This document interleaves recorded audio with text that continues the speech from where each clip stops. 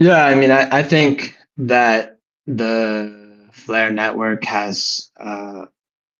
pretty good advantage with how its Oracle and data connectors are built out for being able to host very interesting AI agents that can operate with on and off chain data.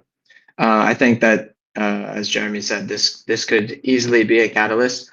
One thing that, at least for XRP and some of these other non-yield bearing assets that could potentially be onboarded through the F Assets portal as well, that is a huge catalyst that maybe gets overlooked is just the low cost of capital. So these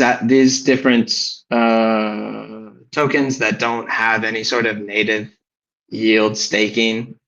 component like Ethereum means that there's no real way to generate yield natively for the assets, which in the end actually gives the assets a bit of an advantage because earning, let's say 1, 2, 3% on something like XRP could actually be very appealing for a huge majority of the XRP holders. And this means that for staking specifically and using XRP as a economic security for different activities such as AI agents or insurance or whatever, they're going to be the assets that people seek out because the cost of capital is lower for them. Now this might start to converge with other things like Bitcoin and Ethereum, but at least in the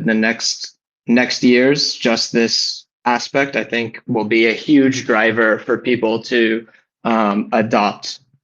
XRP because one, there's a huge market cap for XRP. So that means there's a lot of liquidity that can be used for these types of features. And second is that when you're looking at some sort of economic security, it's not necessarily the token that you're most concerned about, whether it's Bitcoin or Ethereum or XRP. In the end, like the value, the US dollar value is really what you're wanting to harness in this sort of design space. And so being able to have XRP or Bitcoin securing the items that you're looking to build on top of the chain, like AI agents or insurance, as I said,